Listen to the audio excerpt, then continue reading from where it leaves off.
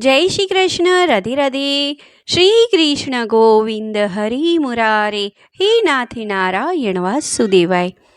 મિત્રો, આજે આપણે કામદા એકાદશીના દિવસે સાંભળીશું શ્રીમદ ભગવદ્ ગીતાનો અધ્યાય 11મો, વિશ્વરૂપ દર્શન યોગ.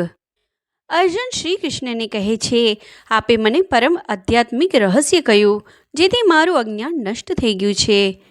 મેં આપની પાસેથી ભૂતોની ઉત્પત્તિ અને પ્રલય વિશે ખૂબ વિસ્તારથી સાંભળ્યું છે ને આપનું અવિનાશી સ્વરૂપ પણ જાણ્યું છે. ખરેખર આપ જેવા આપની કહો છો તેવા આપ છો. હે પુરુષોત્તમ, આપનું જ્ઞાન, ઐશ્વર્ય, શક્તિ, બળ, વીર્ય, તેજયુક્ત સ્વરૂપને હું પ્રત્યક્ષ જોવા ઈચ્છું છું. આપના તેજસ્વી રૂપના મને દર્શન કરાવો. આથી શ્રી કૃષ્ણે જણાવ્યું, હે પાર્થ, મારા રૂપો અનેક પ્રકારના વર્ણને આકૃતિવાળા છે. તું મારા સહસ્ત્ર દિવ્ય રૂપોને જો. દૈત્યો, વસુઓ, રુદ્રો, અશ્વિની કુમારોને, મરુતોને જો. તેમ તે પહેલાં ક્યારેય નહીં જોયેલા એવા ઘણા આશ્રયોને જો. આ મારા શરીરમાં એક સ્થળે રહેલું સ્થાવર જગમ સહિત સમગ્ર જગતને બીજું તું જે જોવા ઈચ્છે છે તે આજે જો.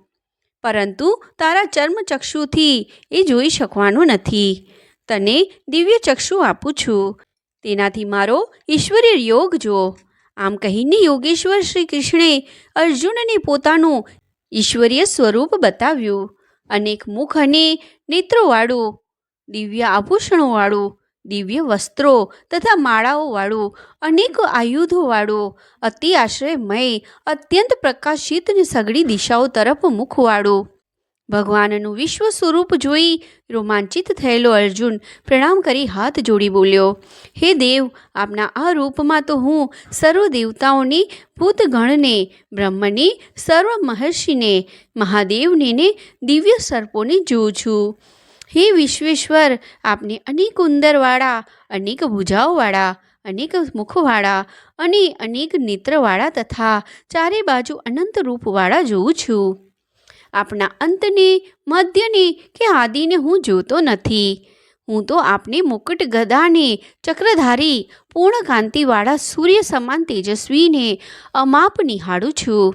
આકાશ અને સર્વ દિશાઓ આપથી પરિપૂર્ણ છે. આથી આપના અલૌકિકને ભયંકર રૂપને જોઈને ત્રણેય લોક ઘણા વ્યથિત થઈ રહ્યા છે.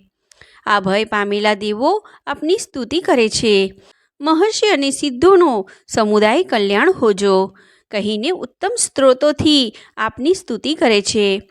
વળી રુદ્રો, આદિત્યો, વસુઓ, સાંધ્યો, અશ્વિની કુમારો, વિશ્વદેવો, પિતૃઓ, ગાંધર્વો, યક્ષો, અસુરો અને સિદ્ધોનો સમુદાય બધા જ વિસ્મય પામી આપને જુએ છે. આપના આ વિરાટ રૂપને જોઈને હું તથા બધા લોકો વ્યાકુળ થઈ ગયા છીએ.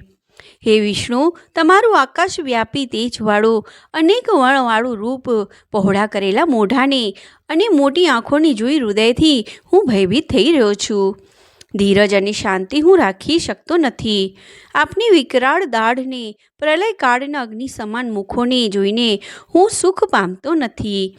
મને દિશાઓનું પણ ભાન રહેતું નથી.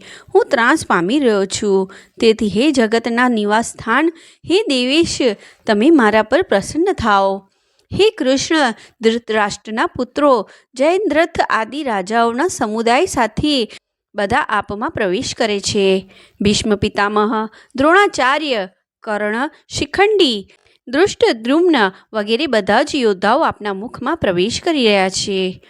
અને કેટલાય ચૂર્ણ થયેલા માથા સાથે બધા આપના દાંતના વચલા ભાગમાં ચોટેલા દેખાય છે. જેમ નદીનો પ્રવાહ સમુદ્ર તરફ જઈ સમુદ્રમાં સમાઈ જાય છે, તે જ પ્રમાણે ઘણી ઝડપથી પતંગિયાની જેમ સળગેલા આ લોકો નાશ માટે આપના મુખોમાં પ્રવેશે છે.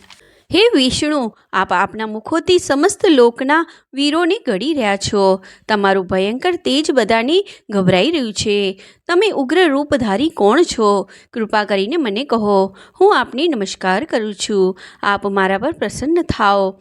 આપના આ વિશેષ રૂપને હું જાણવા ઈચ્છું છું.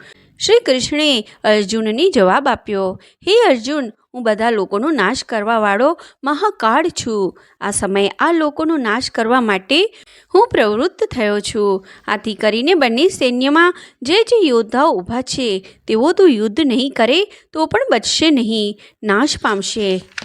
માટે હે અર્જુન, તું ઊભો થઈ જા ને યશ મેળવ. શત્રુઓને જીતીને ધન ધાન્યવાળું રાજ્ય ભોગવ. મેં આ લોકની પ્રથમથી મારેલા છે. તું તો માત્ર નિમિત્ત રૂપ બની જા. આ દ્રોણાચાર્ય, ભીષ્મ પિતામહ, જયદ્રથ અને કર્ણ તથા બીજા ઘણા શૂરવીર યોદ્ધાઓને મારી તું અવશ્ય યુદ્ધમાં જીતીશ.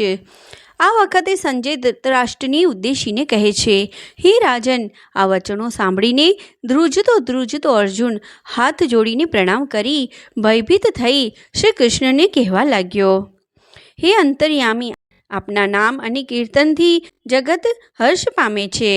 રાક્ષસો ભયભીત થઈ સર્વ દિશાઓમાં ભાગે છે. સિદ્ધોના સમૂહ નમસ્કાર કરે છે. એ બધું યોગ્ય છે.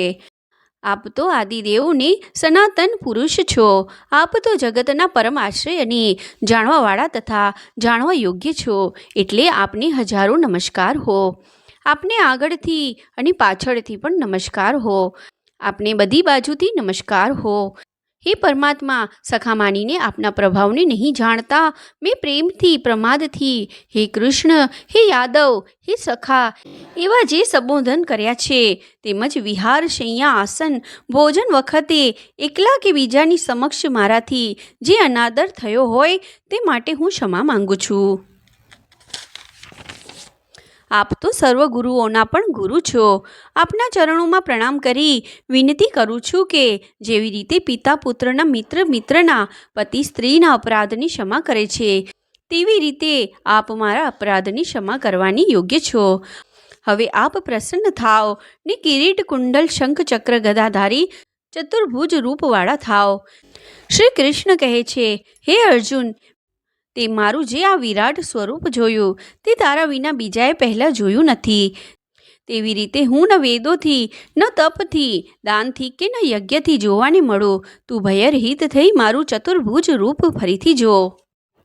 આ સમયે સંજય ધૃતરાષ્ટ્રને ઉદ્દેશીને કહેવા લાગ્યો, હે રાજન, આ પ્રમાણે કહી ભગવાન શ્રી કૃષ્ણે અર્જુનને પોતાનું ચતુર્ભુજ સ્વરૂપનું દર્શન કરાવ્યું. અર્જુન આ સ્વરૂપ જોઈને આનંદ પામી બોલ્યો, હે જનાર્દન, આપણા અતિ શાંત સ્વરૂપને જોઈને મારું ચિત્ત શાંત થયું છે. મારો ભય દૂર થયો છે ને હું સ્વસ્થ બન્યો છું. શ્રી કૃષ્ણ કહે છે, હે અર્જુન, આ રૂપ જોવા દેવો સદા તત્પર રહે છે. તને કહ્યું તેમ વેદાભ્યાસથી, ઉગ્ર તપથી, દાનથી, યજ્ઞથી તે શક્ય નથી, પરંતુ માત્ર અનન્ય ભક્તિ વડે મારા ભક્તો મને આ સ્વરૂપે જોઈ શકે છે ને અનન્ય ભક્તિવાળા મનુષ્ય જ મને પામે છે.